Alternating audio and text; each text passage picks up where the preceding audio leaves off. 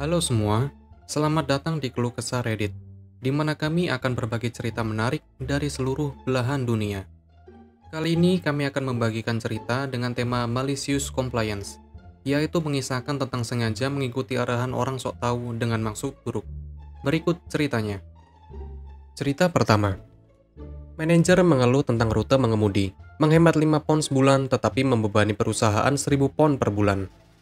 Aku memiliki pekerjaan beberapa tahun yang lalu di mana aku harus mengunjungi tempat pelanggan yang berbeda setiap hari. Ada banyak dari kami yang melakukan pekerjaan ini di beberapa tim, dan harapannya adalah kami mengemudi menggunakan mobil sendiri dan dibayar sesuai jarak tempuh. Tidak ada mobil yang disediakan perusahaan. Semuanya baik-baik saja sampai aku berganti dari satu tim ke tim lain, dan manajer baru menanyakan klaim jarak tempuh pertamaku yang diajukan kepada mereka. Lokasi kantor kami berada di pinggir kota, dan untuk menjangkau banyak pelanggan kami dapat berkendara di jalan utama ke kota berikutnya yang membawa kami ke sana dengan cepat dan aman. Atau kami dapat mengambil beberapa jalur pedesaan sempit yang merupakan mimpi buruk. Untuk melewatinya, jadi semua orang jelas menggunakan jalan utama. Tetapi manajer telah menemukan bahwa rute jalur pedesaan lebih pendek 3/4 mil. Jadi 1,5 mil untuk perjalanan pulang pergi, itu membuat perbedaan 60 sen.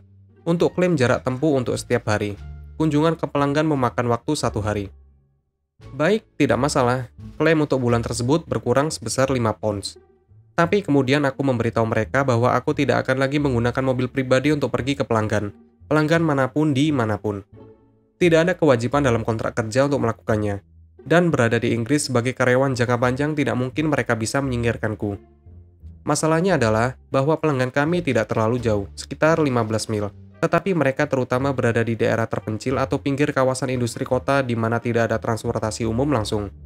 Jadi kami mencoba dan menggunakan transportasi umum, maka perjalanan 30 menit berubah menjadi perjalanan 2 jam, dengan semua koneksi dan kunjungan pelanggan 1 hari menjadi kunjungan 2 hari, sehingga mengurangi separuh produktivitas. Untuk klaim bulan berikutnya, alih-alih membayar sekitar 8 pounds per hari untuk jarak tempuh, perusahaan sekarang harus membayar untuk sewa mobil atau taksi, yang keduanya berharga sekitar 50 pounds sehari. Klaim perjalananku sekarang berubah dari sekitar 160 pounds per bulan menjadi 1000 pounds per bulan, semuanya hanya untuk menghemat 5 pounds. Setelah bulan pertama, karena manajer memiliki tim beranggotakan 10 orang yang semuanya melakukan pekerjaan yang sama, mereka awalnya menghabiskan banyak waktu untuk mencoba mengalokasikan aku pelanggan yang berada di rute angkutan umum. Tapi kemudian rekan-rekan di tim yang juga telah dibawa ke tugas oleh manajer atas masalah jarak tempuh yang sama, dan hal-hal lain serta mereka sangat menjengkelkan tentang banyak hal, melihat apa yang sedang terjadi dan juga mulai menolak untuk menggunakan mobil mereka sendiri. Akhirnya setelah beberapa bulan, manajemen senior harus turun tangan ketika mereka melihat bagaimana anggaran perjalanan telah habis dan memutuskan bahwa orang dapat mengklaim rute yang masuk akal. Sebagian besar kembali mengemudi, tetapi beberapa dari kami tetap menggunakan taksi dan mobil sewaan, karena masih belum ada kewajiban kontraktual untuk menggunakan mobil sendiri. Cerita kedua. Aku terpaksa makan di restoran mewah selama sebulan. Bertahun-tahun yang lalu, aku mendapat tugas kerja selama berbulan-bulan yang mengharuskan aku melakukan perjalanan ke New York City dan tinggal setiap hari Senin sampai Jumat. Aku sedang membantu seorang manajer perusahaan dengan sebuah proyek dan hotelku berada di dekat kantor regulernya di distrik teater.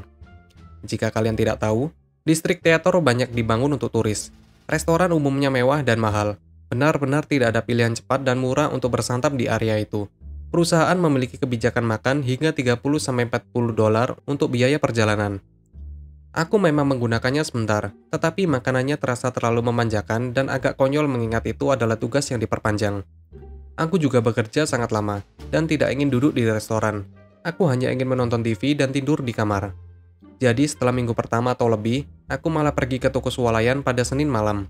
Aku membeli beberapa bahan dasar makanan untuk sereal, sandwich, makanan ringan, dan beberapa makanan beku yang bisa aku makan dengan microwave untuk makan siang di kantor. Biayanya sekitar 60 dolar. Aku kemudian mengambil beberapa kaleng soda dari lemari es hotel untuk memberi ruang bagi pembelian makanan mingguan, dan mengembalikannya sebelum check-out di akhir minggu. Dan itu untuk biaya makanan. Dengan sesekali makan di sana-sini, aku melakukan hal yang sama pada 4 minggu berikutnya. Menyerahkan laporan pengeluaran pada akhir bulan, kau tahu akan kemana ini. Seorang wanita dari akuntansi menelpon, dan menolak untuk mengganti pengeluaranku karena 60 dolar lebih dari 40 dolar. Tunjangan maksimal untuk pembelian makanan. Aku menjelaskan bahwa telah menutupi 5 hari makanan, tetapi diberitahu itu tidak masalah. Aku kemudian menghabiskan bulan berikutnya mencoba semua makanan di lingkungan sekitar. Sebenarnya tidak ada pilihan yang murah. Aku pergi keluar untuk makan beberapa pagi, makan siang setiap kali aku punya waktu, dan makan malam setiap hari. Aku bisa saja membeli beberapa makanan belanjaan, tetapi kenyamanan berbelanja sekali per minggu adalah bagian dari alasan aku menginginkannya. Tampaknya juga sia-sia bagiku untuk pergi keluar untuk makan mahal setiap malam untuk perjalanan jangka panjang. Tetapi sekarang aku diberitahu bahwa itu lebih disukai dengan memperhitungkan tagihan belanjaanku.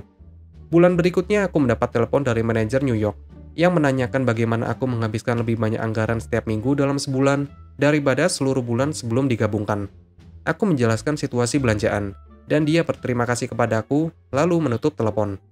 Sekitar 10 menit kemudian, wanita yang sama dari akuntansi menelpon aku untuk memberitahu mereka akan membayar tagihan belanjaanku yang masih belum diganti, dan seterusnya selama jumlah harian rata-rata selama seminggu berada di bawah tunjangan makan agregat. Aku dengan senang hati kembali ke diet yang lebih masuk akal. Cerita ketiga. Auditor tagihan itu bodoh. Bertahun-tahun yang lalu, aku memiliki pekerjaan dengan perjalanan yang membuat aku berada di 4, 5, atau 6 bandara setiap minggu. Dan bandara Starbucks adalah tempat pemberhentian standar, menghasilkan senumpuk tanda terima. Biaya perjalanan bulanan rata-rata 3K dolar. Admin 2 kali memasukkan kopi $3,5 satu bulan, dan aku mendapat telepon dari headquarter tentang hal itu. Menuntut agar aku memfoto cek kembali ke perusahaan segera untuk menjernihkan kelebihan pembayaran ini. Aku terbang lagi besok, dan pasti akan mendapatkan kopi. Bagaimana kalau aku tidak mengeluarkan biaya yang itu? Tidak bisa melakukan itu.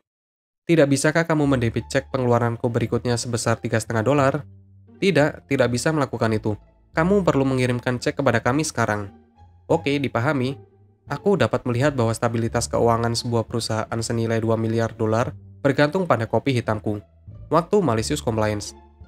Menulis cek, mengirim cek melalui FedEx pengiriman pertama semalam seharga $17 dan menggunakan akun perusahaan. Kerugian bersih $13,5. Jelaskan bahwa tanggung jawab fiskal untuk perusahaan. Auditor sotoy. Begitulah ceritanya. Apabila kalian suka, kalian bisa like dan berkomentar di bawah. Jangan lupa subscribe untuk membantu channel ini.